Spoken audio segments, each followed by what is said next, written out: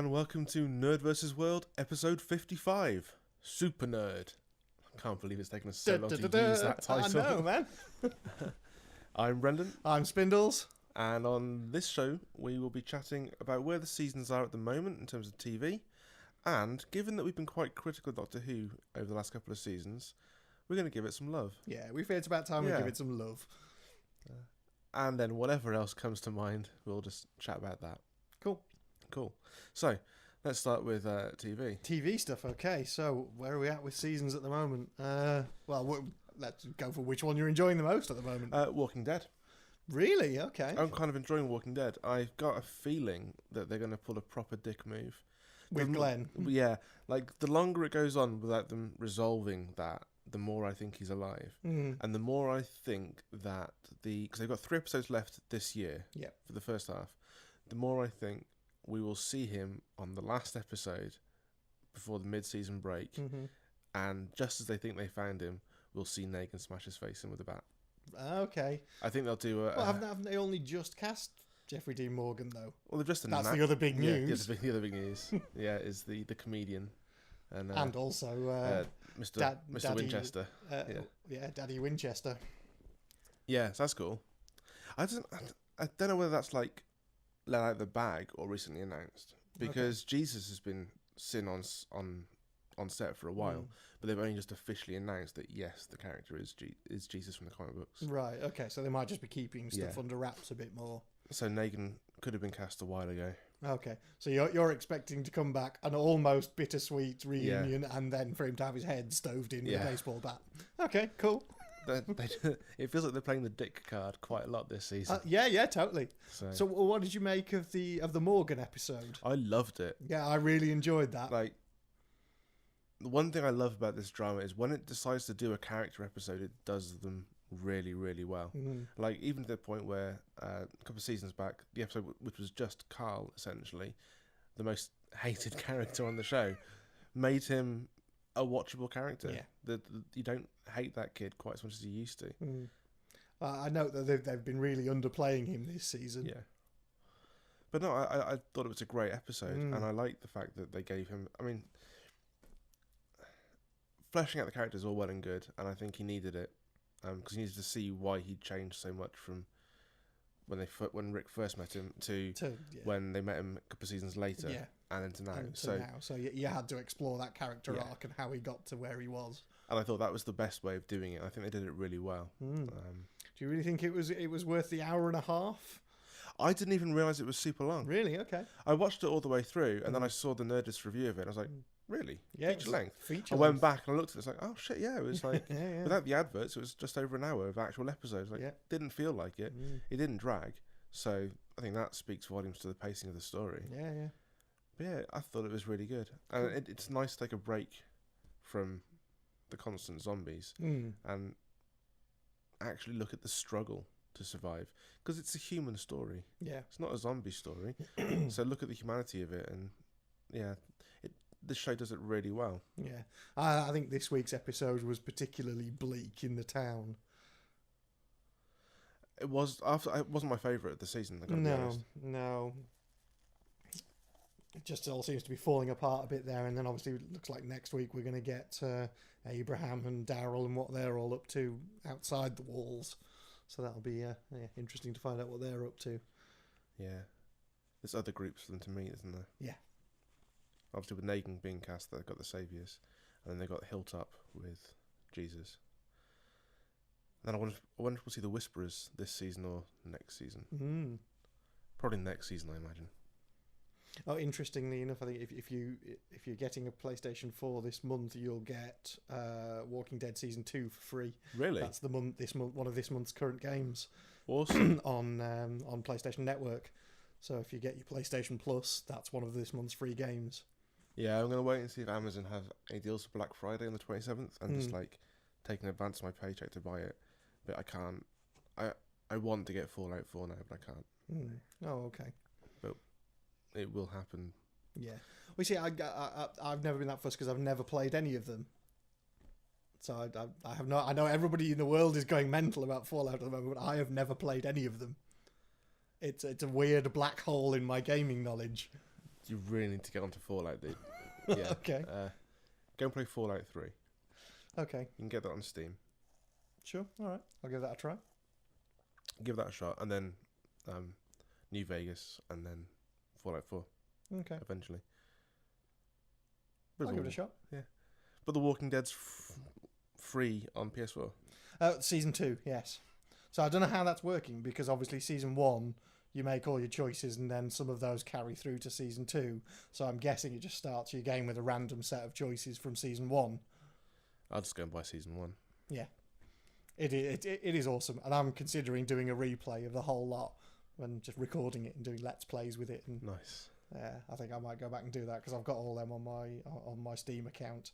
So I think I may well go back and just record it an episode at a time, because there's like 6 episodes per season on it. So that could be kind of a cool way of doing it. Yeah, that'd be cool. And then another one I want to go back and do a Let's Play of is Fahrenheit. Don't know if you ever got around to playing that, the Indigo Prophecy. No, I never played it. It's fantastic.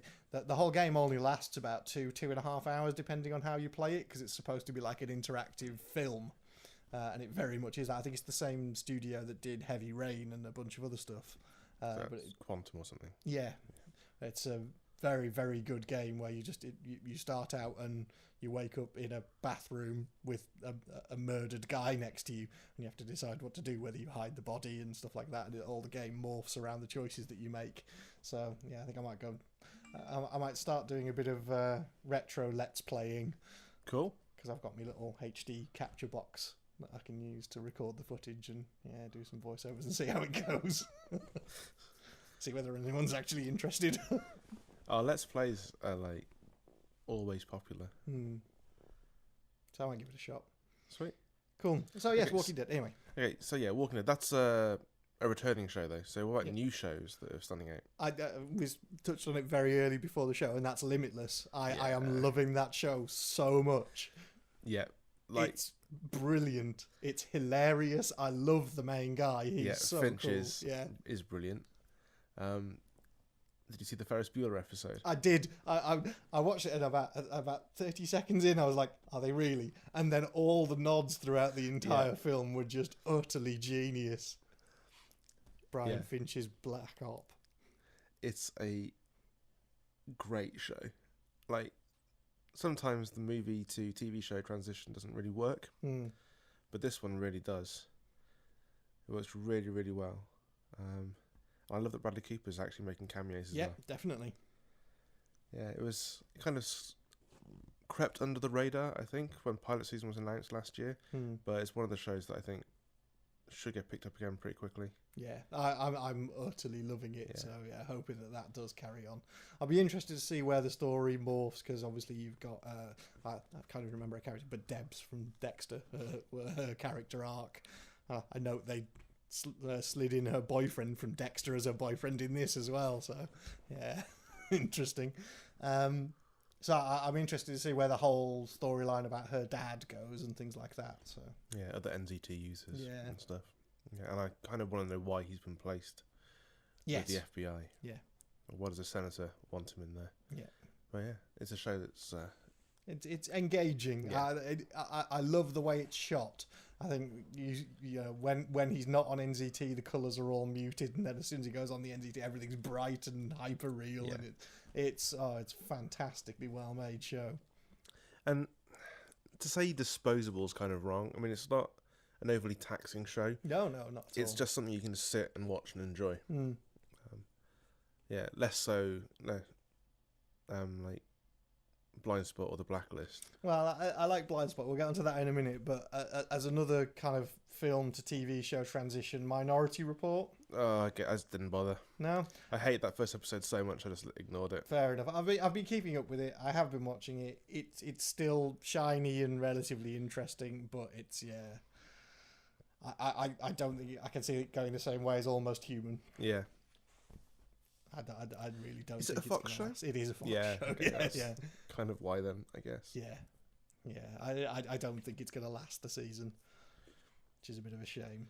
Well, I wouldn't be sorry to see it go. Well, yeah, I guess I will, because I'm always for more sci-fi on TV and more stuff for people to choose and latch onto. So I don't like getting genre shows cancelled, because even if they're not fantastic, it gives people the option to, come and buy into it and then see what else they can find in the genre.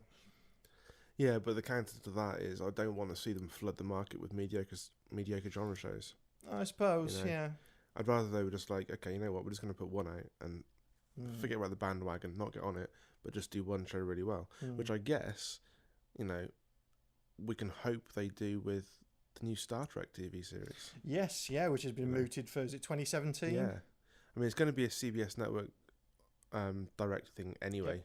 So it's going to be an online one before it gets syndicated out. Mm-hmm. So, yeah, I mean...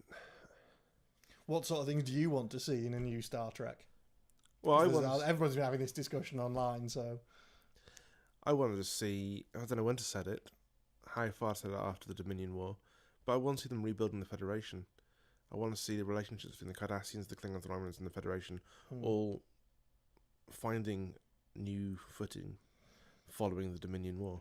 See, I'd really like to see them kind of tie it in with the Star Trek Online universe, which is really cool. And that's where, the Federation and the Klingons are back at war with each other and stuff. It's a really interesting universe. It's the post explosion of Romulus. Okay, so it's in the... No, it's not in the alternate universe. It continues from where that happened, then Spock went back and the alternate universe happened. It continues the original universe from the point where Romulus explodes. Oh. So the Romulans have to go and find a new home and stuff, and the Klingons and the Federation end up at war again. It's a really interesting timeline for the Federation. That'd be cool. So I would really hope they do that, and I kind of want to see it set on the periphery and not just being a Starfleet show. Right, more like Deep Space Nine. Yeah, something like that. Because we had a frontier show. Yeah, it's missing. It's been missing that kind of exploration angle for a while as well. So I kind of want to see a bit more of that and some new, not even new, but some underrepresented races coming in and being part of the show. I mean, if there's one thing Star Trek does well, it's diversity. So it'd be interesting to see what they do with it in this day and age now, given that their retrospective, the way that they've handled diversity amongst the crew. But I don't want it to be an Enterprise. Yeah, well, no one in their right mind wants that. No, I don't want it to be like an Enterprise G off on missions doing stuff. I don't want a mission-based show. Right, and I don't want a planet-based show. I don't want something where they're set on a static planet. Deep Space Nine was fine.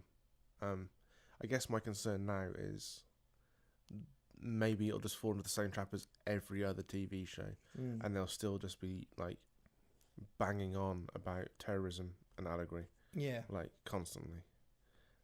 Well, yeah, but I think Star Trek has done that with DS9. That did the whole terrorism thing to death. I don't think it needs any more. No. And then I think they kind of went back to it a bit with Voyager, and then just I haven't ever watched the whole of Enterprise because I can't get past the theme tune. That's fair enough. It is ridiculous. Much as I love Scott Bakula and a lot of the other people in it, I just can't bring myself to sit and have to listen to that theme tune 20 odd times a season. Yeah. So yeah, it'll be interesting to see what they do with it, whether they tie it in with the films or not. I don't know, because the possibility there is that they could essentially do Next Gen in the alternate universe. Oh, really? They could. I'd rather they didn't. Oh, I'd rather they didn't. The idea of retreading classic stories just doesn't appeal to me. But that appears to be what they're doing with the films, so... Yeah, but I think now, more than ever, what we need in our science fiction is optimism. And that's one thing Star Trek has always had in spades, is optimism. Just this idealistic future where all our problems have been solved, and it's just going out and using science, being smart, exploring, sciencing the shit out of things. Yeah. I want a show that does that. and that is just not filled with depression and characters hating on themselves. Flawed characters are fine, but characters that still want to achieve and go forward. I think we need that. We need something like that for sure. Oh well, we'll see how it goes. Yeah, absolutely. Okay, so other current shows. Any others that you're really enjoying, or any others that you're really not enjoying? I'm really enjoying Gotham. Okay, I still haven't watched any of that because I never got around to finishing season 1. Still. Neither did I. I haven't bothered to go back and finish it. I just got stuck into season 2. I'm really, really enjoying it. Okay. The Riddler has finally... Well, Edward Nygma has finally snapped. Oh, okay. And he's started his descent. Last 2 episodes, he started the descent into becoming the Riddler. Right. And the last one ends with him and the Penguin coming face to face. So there's something happening there. Pardon me. The plotline with Theo Galavan seems to be coming to a quick resolution. His schemes have kind of been undone and unravelled, and Jim Gordon has saved the day and stopped Bruce Wayne signing over Wayne Enterprises, which is weird. It's like episode 8, which is an early resolution. Either it's a fake resolve. Well, it's either a fake resolve or they're leaving space now for Barbara, Joker, Penguin, and Riddler to become the main bad for the rest of the season. But it's been a brutal season. It's pulled no punches. There's been some horrific deaths, some surprising deaths. No character feels safe anymore. Okay. And it feels like the gritty show that a story about Gotham's underworld always promised to be. Yeah. It finally feels like it's found it. Refocused on what we were hoping it would be in the first instance. Okay, cool. I think I've said it before that I will go back and rewatch it. I think I'll just pick a day and I'll sit and I'll binge watch the shit out of season 2 and see how it goes. Cool. Now, one thing I'm loving at the moment is crossovers. There have been so many cool crossover episodes and stuff recently that I know I've where been this is going. Squeeing a lot. Well, you'll know the main one, but the first one I want to talk about is the Bones and Sleepy Hollow crossover. I see. I don't watch either of those shows. Right. Okay. So this is all you. Well, there's no point in me going on about it for too long, but it's a show that Bones has been running for like 11 seasons now, and Sleepy Hollow I think is in its 3rd season. And it was nice that they crossed over 2 shows that are fundamentally diametrically opposed, because Sleepy Hollow is all about mysticism and magic and Bones is all about science. So putting them across, that they did Sleepy Hollow on Bones first. So Bones, they found a body and then they were investigating it, and then the characters from Sleepy Hollow turned up because it was a headless body that was dressed in not medieval, but American Civil War garb. So that's where they turned up and had an interest in it. And you got the mysticism side from them, but it never trod on the Bones universe. That was all left nicely intact, with everything being science and rational for them. And then it flipped for the next show, where it still kept all the mysticism, even with Bones and them coming in with all the science parts of it as well. So I think it was really, really well done. They crossed the characters over perfectly. So that for me was I didn't even know it was happening. I was watching Bones and going, why is it called Hollow Bones? There's a hashtag Hollow Bones in the corner, and then of course the two main characters turn up and I'm like, oh, okay. So that was really well done. I think that was just done for Halloween. It was a Halloween crossover. Fair enough. That's pretty cool. Yeah, which was excellent. But then of course the big crossover is Constantine on Arrow. Yeah. How fucking awesome was that? That was fucking cool. Really, really cool. We almost called it when we... Almost, yeah. When we said why he'd be back. I mean, he definitely knows Damien Dark. But yeah, getting Sarah's soul back. Yep. Giving us the White Canary. Yep. That goes off now to that other Which show. will now go off to Legends of Tomorrow, and yes. But, he was fantastic. I wasn't expecting the flashback appearance of Constantine at all. But then I guess it kind of makes sense that if he's going to call him in present day, then he should know him. See, I was just more thinking along the lines that, he'd be just out investigating stuff and going, why is this person running around killing people? They've been brought back from the dead. So it sounded like something that Constantine would just be interested in investigating and dealing with. But no, they wrote it all in that they have a backstory and knew each other back from the island. That fucking island is it's worse than the island from Lost. Everyone ends up there. Like, it is like the central plot for every season. Yes. One way or another. Yeah. It is worse than the island for Lost, you're right. At least it hasn't moved yet. Yeah. But yeah, I thought it was amazing. Matt Ryan once again was awesome. Not sure about his newfound ninja foo skills, but it's Arrow, so you have to have a bit of sword play and fightiness. Yeah, and that tattoo. He moved the tattoo. Yeah. Yeah, very cool. So it was awesome. And then, of course, now the inevitable backlash has happened with everybody going, bring back Constantine. And yeah, they totally should have. On Monday, Megan was off ill from school and she sat and binge watched the entire season of Constantine in a day. She says it's her favourite show. She's her father's daughter, all right. Above everything, She said, it's better than South Park, it's better than Arch, it's better than all the other stuff she's watching. She's just like, Constantine it's just awesome. Right, I know I'll be buying you a bunch of graphic novels. Yeah. That's pretty cool. And I hope they do. I truly hope that people do pick up this petition and make it happen somehow, because I think it would be brilliant, and I think it would be best suited on the CW as part of that slot of shows. Yeah, part of this TV DC universe. Yeah, for sure.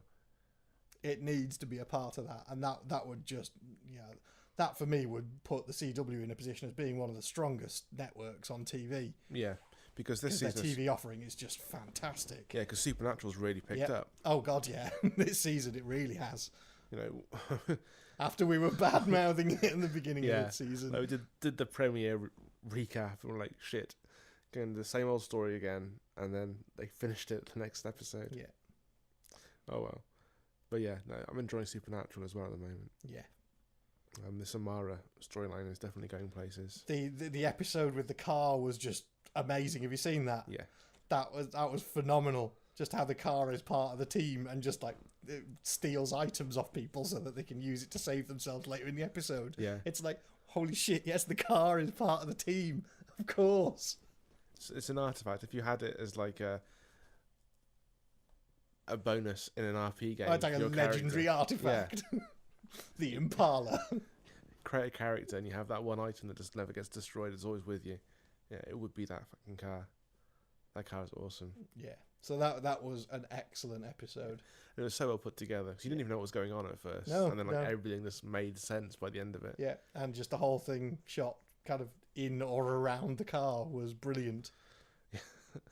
And those creatures that just wouldn't die. Yeah. And the head in the butt. That was hilarious. Yeah. Just slamming the car door on him. Oh, Supernatural, you make me smile. Yeah. Yeah, it's pulled it out of the bag this season. For sure. So yes, crossovers I'd be very happy with, and I would love to see Constantine as a permanent fixture on the CW. That would be my ultimate. That would be great. Yeah, I think it's the place where it belongs. Yeah. For sure. I don't think... Because it was an Amazon series, wasn't it? It was available on Amazon. Yeah, Amazon put it out in the UK, but it wasn't Amazon... It was NBC. NBC. Yeah. Oh, yeah, which is why he scratches his back with the peacock feather. Yes. Yeah. Yes.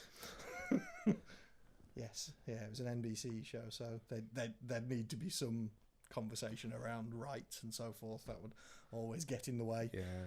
But, I mean, obviously they made it happen for that one episode of Arrow, so who's to say? Yeah. Well, I think they've got some pull now. I think they do. And I think, when Legends of Tomorrow comes out as well, I think that they're going to cement themselves as the go-to place for kind of DC Universe. Yeah. I'd like to see them bring in Swamp Thing and stuff like that. That'd be fucking brilliant. Bring the whole Vertigo slate down. Well, they've got to deal with New Line, haven't they? The Vertigo slate. They have, but Yeah. then nothing's ever transpired of that, because I remember way back in the mists of time when we started this, we were talking about Guillermo del Toro doing Justice League Dark and stuff. Yeah, he stepped away from that project though in the end, didn't he? Yeah. Well, we've been doing this for years. We're coming up on 3 years now, dude. Cool. That's pretty cool to think about. Okay, other seasons. Agents of S.H.I.E.L.D. Yeah, I was going to say Agents of S.H.I.E.L.D. The reveal of who Lash was pretty cool. Yes, last episode, yeah. I've got this week's to watch when I get home after this, so we'll see how that one goes. You'll enjoy it. And that one episode, the one on the world with Simmons. That was a very good episode. Again, another sort of character episode more than anything else. But interesting to muse on what it was on the planet. Yeah. Other than them. Definitely something else there. Because I was kind of... I was erring on the fact that it was him that was being the creature to try and keep her there or something, but it didn't seem that it played out like that at all. No. I'm completely at a loss. Yeah. It's not like just forgetting Lash's name. It's just like I have no idea what that thing on the planet was. No. Yeah. So that'll be interesting to find out whether Fitz comes through on his promise and gets her back there. Yeah, and there's another Avengers crossover, another movie crossover. The guy who gave Ward von Strucker's location. Oh, Powers Booth. Yeah. Yes. That's Gideon Malik. Yes. Who's on the World Security Council. He was indeed. So yeah. He is listed for the rest of this season. Yes. As a cast member, so I think he's wouldn't be bad. I think we are. It's as we anticipated. This is the build up to Civil War. Yeah. Yeah, the Terrigen incident is definitely one of the inciters, I think. I think Gideon Malik is ahead of Hydra on the WSC. Is going to start pulling some strings. Yeah. We've started to see things happening already this season with that regards. So, yeah. And I love that Matt keeps calling Daisy Tremors. Yes. rather than Quake. But they finally got around to calling her Daisy. I think Coulson hasn't called her Sky for a while. No. Which is good. Yeah, it's got to be one of the few TV series I know that they essentially change the name of the main character halfway through and stick with it. It's a bit odd when you think about it, but yeah. It's all good. A slightly curveball one, but it's one that I've been waiting for ages and thoroughly enjoyed, was Ash versus Evil Dead. I haven't gone to see it yet. Dude, it's fantastic. It's absolutely genius. The first episode it's directed by Sam Raimi and it's co-written by him as well. It is a 45-minute Evil Dead continuation. It's perfect. It has everything. It's got the crash zooms, the thing going through the forest from the point of view of it, and gore everywhere, and it's just utter genius. You have to see it. I will. I've been busy lecturing the last 3-4 weeks. So my TV time has been sacrificed so that I can actually teach like my students stuff that might be important. I'll get you. I've just been wasting my time watching TV, obviously. Well, I'm listening to the Alan Stride podcast again that we did. Right, yeah. Because I'm going to set that to them as listening for the next lecture. Because we're doing new media versus traditional media. So. Absolutely. So you might. So here's something that I recorded about it. Yeah. Discuss. Yeah. Set them some homework. Sounds like a plan. Easy job. Okay. Anything else on? Well, okay. Let's touch on Blindspot then, very very briefly, because I'm really enjoying Blindspot. I think it's got a lot of legs, and I'm really enjoying it. So what aren't you enjoying about it? It's not that I'm not enjoying it. It's just when I load up whatever site I go to watch my shows, and I see it there, it's like, do I watch that or do I just watch this, or do I just like do something else? It's not one that I instantly put on. I've missed the last 2 episodes. I wasn't hating it. I thought it was okay. It was just getting procedural. Okay. I'm just loving the performances. I think Jamie Alexander is absolutely phenomenal in it, and also the woman who plays her, the head of the FBI, the director woman. She's fantastic as well. That she was in Under the Dome and a bunch of other stuff. And she's coming into her own as a real character this season as well. I think she's fantastic. Yeah, like I said, it's not that I didn't like it. It's just it hasn't become must see for me. Yeah, okay. No, There's been other shows that have been. I mean, Limitless is must see for me. Gotham is must see. Agents of Shield. I mean, Heroes. Again, Heroes Reborn. How are you finding that? Last 2 episodes, I've missed the last 2. It's just like I'm not really fussed about going back to it. Okay, well, it's now tying things together because I think episode 8 I've just finished watching, and I now understand how everything got to where it is before episode 1. Right. The last one I saw, they finally rescued Hero. Yes, and then well, I won't spoil it for you, but because you know that they go back, they're trying to go back to the past. Yeah. So they go back to the past, and then it does a great job of putting together everything to make sense as to why things are like they are in episode 1. Right. I just feel, because it's only a short season, it's only, I think it's 13 episodes. I think so, yeah. It just feels to me, leaving it for episode 7 or 8 to start getting the hook in, just feels too long. Like, I missed a few episodes, I missed an episode, and I was like, oh, never mind. Missed the second one, I was like, no, you know what, I'm not really that fussed about this show anymore. Which sucks. Because Heroes, the first season, I loved. I stuck with it all the way until, like, Claire jumped off the Ferris wheel, you know.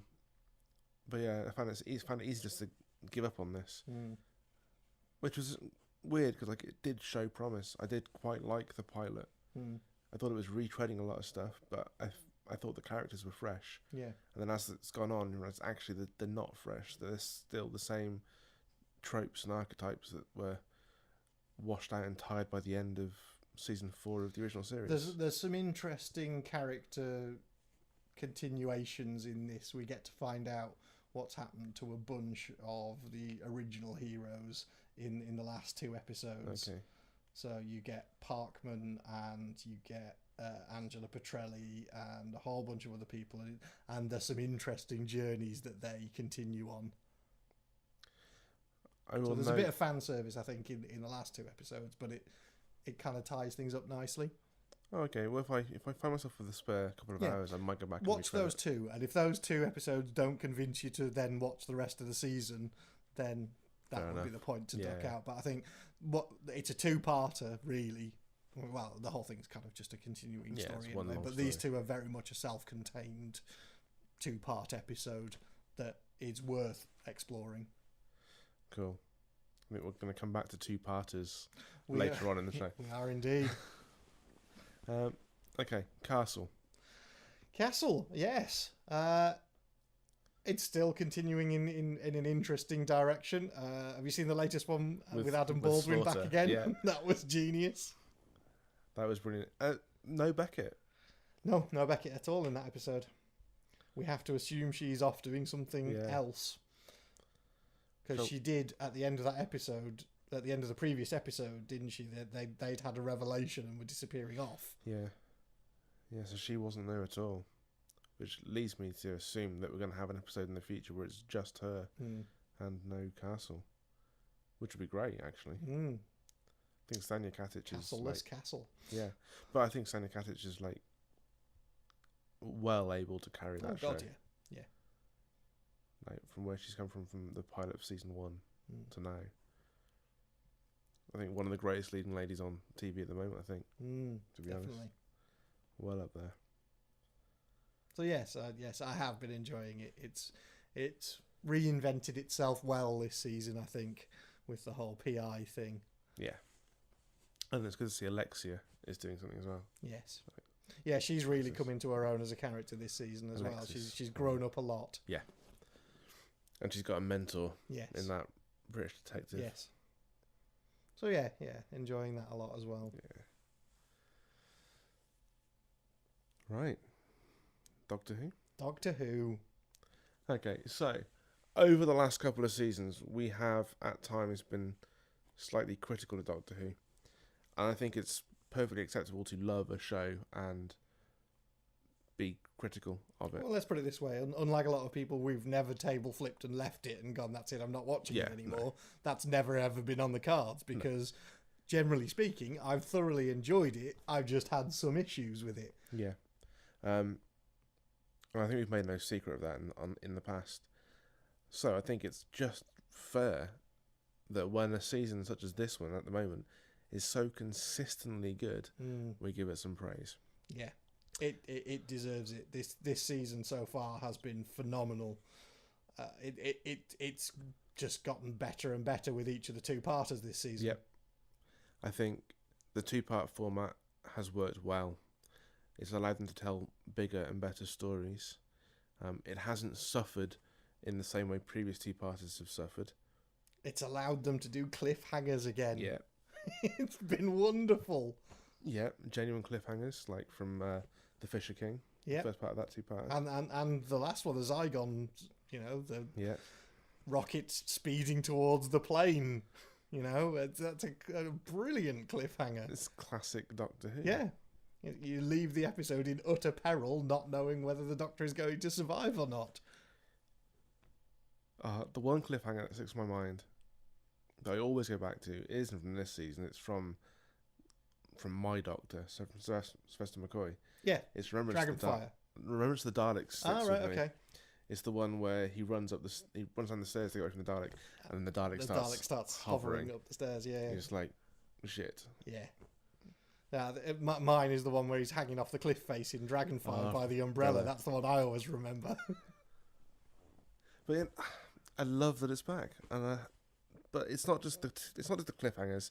It's not just the two-parters. It's the whole thing. The writing just feels tighter. It does. The performances just feel stronger. The performances are phenomenal. Capaldi's monologue over the Osgood boxes was outstanding. That's some of the best TV I've seen in a very, very long time. That performance was just stunning. But it's not been a one-off. It's not been a fluke this season. Every single episode has been stunning. I think I've only had one gripe so far this season, and that was I would like to just let them have Davros have his moment in the first episode. Yes. Rather than it being an elaborate double bluff. Yeah. Let him just outwit the Doctor the once, because it makes it even more terrifying for the viewer. Yeah. To see a fallible Doctor. But no, he's been great. The relationship between him and Clara has changed, and I don't think I'm ready for her to leave. Like, I know that the episode where she does finally leave the show, whether she dies or whatever, I'm not looking forward to watching that episode. Oh dear. Because I think it's actually going to be tough. They've been playing up their friendship more than anything else so much this season. I think they've been doing a lot of foreshadowing of the what am I going to do without you, and that's going to be pain. And just the way the Capaldi's played the Doctor so far this season, I think that grief, if she does die or does leave, like, that's going to be one of those TV moments you just watch and you just like, you get a little bit broken from watching it. Yeah. So, yeah. It's like, it'd be like when Angel kills Jenny Calendar, or when Joyce Summers dies. Yeah, so one of those sort of moments, yeah, where you just feel utterly harrowed by it. Yeah, because I think he can just, he's going to be phenomenal when that happens. But I think just on the kind of performance and the monologue from the last episode, I was thinking about it and I was comparing it to the big speech that Matt Smith did in The Rings of Akaten, because it's a very similar speech where he's talking about how loads of people have died and here's all my grief and things like that, and the writing of that, while great, and it was you kind of felt for the Doctor at that point, essentially he was talking a monster to death, which was just a bit rubbish. Yeah. But in this, he's actually trying to compel people by the power of persuasion and reasoned argument. I think the other thing as well is with the Rings of Akaten speech, I think the Doctor had a speech every episode. So by the time he got to that point, and he's like, oh, the Doctor's talking again. It's just like, this meant nothing. Or is it in this? He hasn't. Most of the stuff he says in this series is incomprehensible, wonderful, random gibberish. Yeah. Which has just been genius. I've loved some of the really random asides that he's had this season. And I like that Osgood called him on it. Yeah. He says, you're talking nonsense to stop me from worrying. Yeah. Yeah, and that was nice as well, actually, just to have a sort of an audience POV that was a super fan. It made the connection somehow more real. Yeah. I don't know. I've really enjoyed it. And I've not seen people slating it. Like, last season before last, you'd go on Twitter after the show and it would be completely divisive. Some would love it, some would hate it. But I haven't seen, like, that much rage against this season. I actually have. Really? I've seen a lot of people, and it's a lot of people that, you know, I would have expected to really enjoy it. That's odd. Which has really surprised me.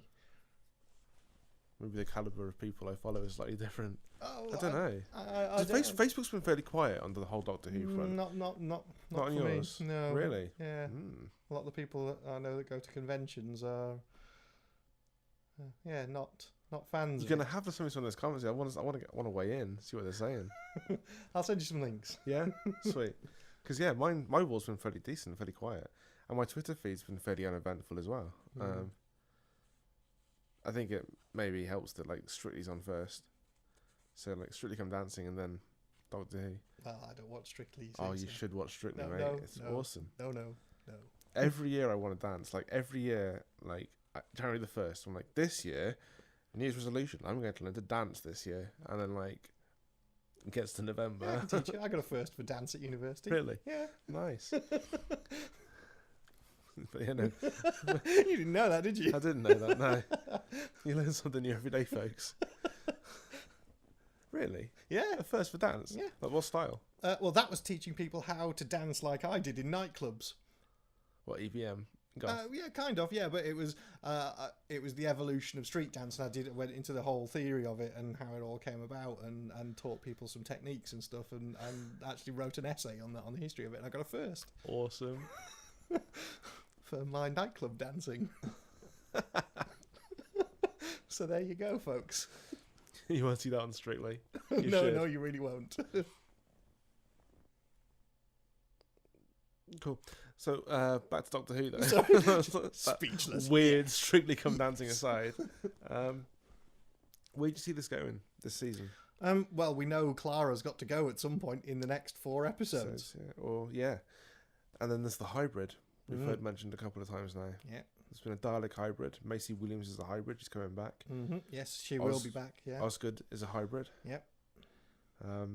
The interesting other news was about did you see the Big Finish announcement about unit extinction, is it? They're doing an offshoot of another spin-off of Doctor Who, which is based around Kate and Osgood and all the unit people. Oh, awesome. They're doing a set of audio dramas based around them. I believe it's called Unit Extinction, I think is what they've called it. Oh, cool. So yeah, there's going to be more audio plays set in the new Who with those guys. That's cool because Big Finish stuff is really good. Because I think that now they're really starting to embrace it now that they got the David Tennant and Catherine Tate on board to do some more now. I think they're really starting to get their teeth into doing some new Who stuff. Because I believe they've also got John Hurt on board. Yes, they have. Yeah, doing some War Doctor stuff. Yeah. Speaking of David Tennant, quick aside. Second trailer for Jessica Jones premiered yesterday. I'm so looking forward to this show. Yes, all the yes. Yeah, I can't wait. I'm hoping we'll have seen it by the time we're recording next. Well, we will have, won't we? Because it's out week on next Friday, is it? Yeah.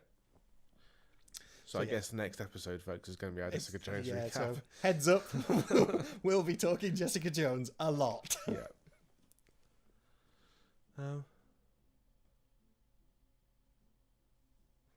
Someone's playing piano in the studio next door. Yeah, you won't be able to hear it, but it's quite interesting.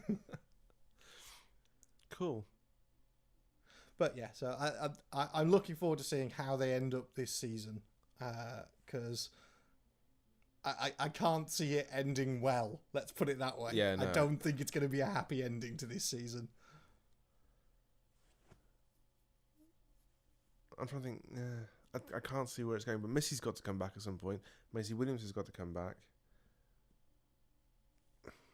I've got a feeling I would say Missy's likely to come back for the 2-part season finale. Yeah.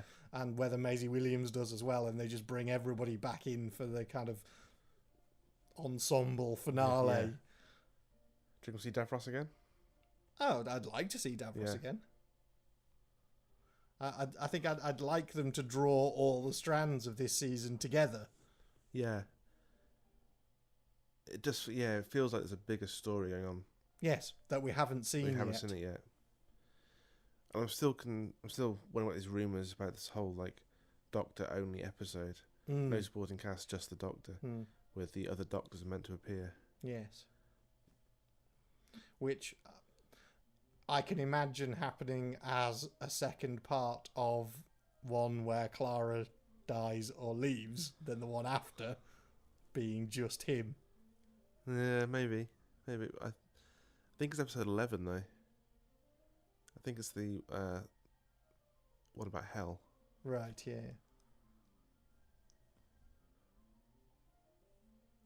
Oh, she's playing scales now. You can't hear it. Oh. I wish she wouldn't play scales though. Because that piano, we have a piano in the studio next door to us, and it's a lovely old Steinway piano, but the soundboard's slightly warped, so it loses tune after aggressive playing. Oh dear. And some of the strings at the top end are broken and completely out of tune. She hasn't got to that part yet, but we're gonna hear some really awful piano any second. So if you just hear us corpse in a minute, guys, it's because of that. Cool. So yeah, I guess we'll know more in a couple of weeks' time when we've seen these last couple of episodes. Yeah, but it's just been a consistently strong season. Yeah, I think it's just worth pointing that out. Every season's been good. There's been episodes which have been better than others.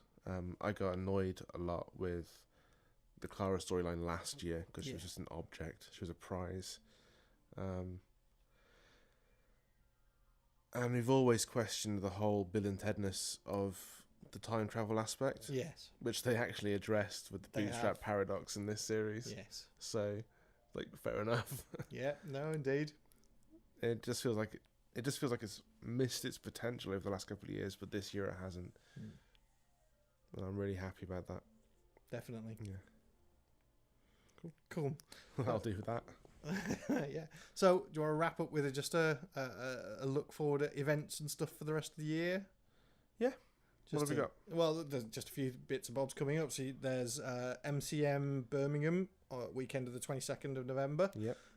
Also that weekend there is Steampunks in Space at the Leicester Space Centre, which we're going to again. Cool. It'll be good fun. A couple of local steampunk ones. They're on the 19th of December. There is the Steampunk Grotto, I think it's called, in the Gardener's Arms.